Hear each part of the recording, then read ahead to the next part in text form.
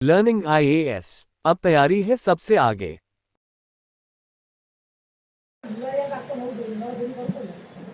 मध्यकालीन भारत का इतिहास भारतीय इतिहास का एक महत्वपूर्ण चरण है जिसमें 8वीं शताब्दी से लेकर 8वीं शताब्दी तक के समय को कवर किया गया है।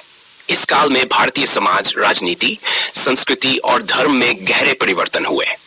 मध्यकाल को प्राचीन और आधुनिक काल के बीच का संक्रमण काल माना जाता है, जिसमें भारतीय उपमहाद्वीप पर विभिन्न राजवंशों का उदय और पतन हुआ। प्रारंभिक मध्यकाल 750 ईस्वी से एंडोवर ईस्वी, पाल, प्रतिहार और राष्ट्रकूट साम्राज्य। प्रारंभिक मध्यकालीन भारत का इतिहास 3 प्रमुख राजवंशों पाल, प्रतिहार और राष्ट्रकूट के चारों ओर घूमता है। इन राजवंशों ने उत्तर और दक्षिण भारत में अपनी सत्ता स्थापित की और एक दूसरे से प्रभुत्व के लिए संघर्ष किया। वर्ग पाल वंश। पाल वंश की स्थापना 8वीं शताब्दी में गोपाल ने की थी। पालों का साम्राज्य बंगाल और बिहार के क्षेत्रों में फैला हुआ था। धर्मपाल और देवपाल जैसे शासकों के शासनकाल में पाल वंश ने अपनी शक्ति का विस्तार किया। उन्होंने बौद्ध धर्म का समर्थन किया और नालंदा तथा विक्रमशिला जैसे शिक्षा के केंद्रों की स्थापना की। प्रतिहार वंश। प्रतिहार वंश की स्थापना नागभट्ट प्रथम ने की थी। यह राजवंश राजस्थान और गुजरात के क्षेत्रों में प्रभावी था। उनके शासनकाल में कन्नौज एक प्रमुख राजनीतिक और सांस्कृतिक केंद्र बन गया। महिपाल प्रतिहार वंश का सबसे शक्तिशाली शासक माना जाता है। राष्ट्रकूट वंश। राष्ट्रकूटों का उदय दक्षिण भारत में हुआ। वे चालुक्यों को पराजित कर सत्ता में आए। राष्ट्रकूट शासक जैसे ध्रुव और गोविंद तृतीय ने उत्तरी भारत तक अपने प्रभाव का विस्तार किया।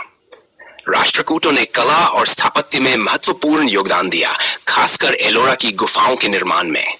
राजपूतों का उदय। मध्यकालीन भारत में राजपूतों का उदय भी एक महत्वपूर्ण घटना है।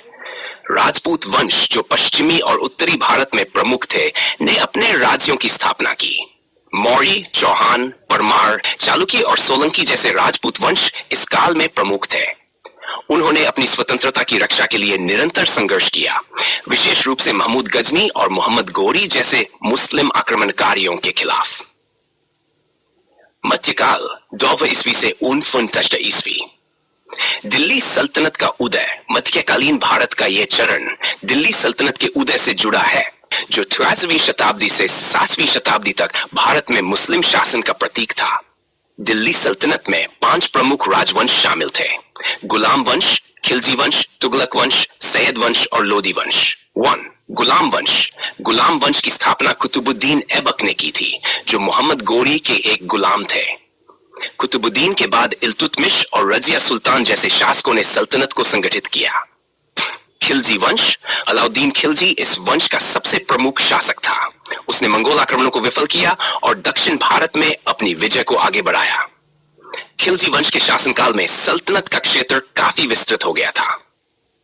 तुगलक वंश। गयासुद्दीन तुगलक ने तुगलक वंश की स्थापना की। इस वंश के सबसे प्रमुख शासक मोहम्मद बिन तुगलक थे, जिन्होंने प्रशासनिक और आर्थिक सुधारों के कई प्रयास किए, लेकिन उनकी योजनाएं असफल रहीं।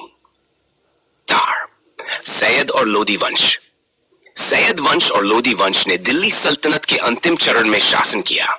इब्राहिम लोदी के शासनकाल में सल्तनत का पतन हुआ और हाफबर्ड 6 में पानीपत की पहली लड़ाई में बाबर ने उसे हराकर मुगल साम्राज्य की नींव रखी। दक्षिण भारत में विजयनगर और बहमनी साम्राज्य। दक्षिण भारत में इस समय विजयनगर साम्राज्य और बहमनी सल्तनत का उदय हुआ। विजयनगर साम्राज्य की स्थापना हरिहर और बुक्का ने की थी और यह दक्षिण भारतीय संस्कृति और हिंदू धर्म का एक प्रमुख केंद्र था। कृष्णदेवराय इस साम्राज्य के सबसे महान शासक माने जाते हैं। बहमनी सल्तनत की स्थापना B7 में अलाउद्दीन बहमन शाह ने की थी। यह सल्तनत दक्कन के क्षेत्र में मुस्लिम सत्ता का प्रतीक थी। बाद में यह सल्तनत 5 स्वतंत्र राज्यों अहमदनगर, बीजापुर, गोलकुंडा, बीदर और बरार में विभाजित हो गई। उत्तर मध्यकाल 4 ईस्वी से 163 ईस्वी।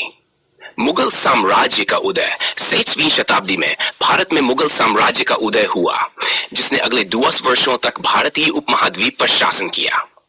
बाबर ने यूएसआर 6 में पानीपत की पहली लड़ाई में इब्राहिम लोदी को हराकर इस साम्राज्य की नींव रखी। बाबर मुगल साम्राज्य के संस्थापक मध्य एशिया से आए थे। उन्होंने अपने शासनकाल में दिल्ली और आगरा को जीतकर मुगल सत्ता को स्थापित किया। हुमायूं, बाबर के बाद हुमायूं ने सत्ता संभाली, लेकिन शेरशाह सूरी ने उसे हराकर मुगल सत्ता को अस्थायी रूप से समाप्त कर दिया। हालांकि हुमायूं ने बाद में अपना राज्य वापस पा लिया। अकबर मुगल साम्राज्य के सबसे महान शासकों में से एक था।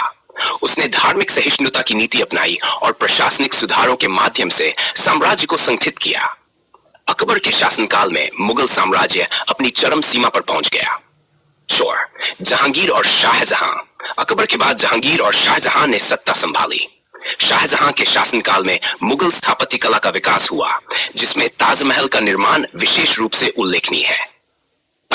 औरंगजेब के शासनकाल में मुगल साम्राज्य ने अपने सबसे बड़े विस्तार को प्राप्त किया, लेकिन उसकी कट्टर धार्मिक नीतियों के कारण साम्राज्य के पतन की नींव भी पड़ी। औरंगजेब की मृत्यु के बाद मुगल साम्राज्य कमजोर होने लगा और 12वीं शताब्दी तक इसका पतन हो गया। मराठा साम्राज्य का उदय शताब्दी के उत्तरार्ध में शिवाजी के नेतृत्व में मराठा साम्राज्य का उदय हुआ। शिवाजी ने औरंगजेब की मुगल सत्ता के खिलाफ संघर्ष किया और मराठा साम्राज्य की स्थापना की। मराठाओं ने 8वीं शताब्दी में मुगलों की कमजोरी का फायदा उठाकर अपना प्रभाव बढ़ाया और भारतीय राजनीति में एक प्रमुख शक्ति बन गए। निष्कर्ष, मध्यकालीन भारत का इतिहास भारतीय उपमहाद्वीप के राजनीतिक, सांस्कृतिक और धार्मिक परिदृश्य को आकार देने में महत्वपूर्ण भूमिका निभाता है। इस काल में विभिन्न राजवंशों, सल्तनतों और साम्राज्यों के उत्थान और पतन ने भारतीय समाज को गहराई से प्रभावित किया।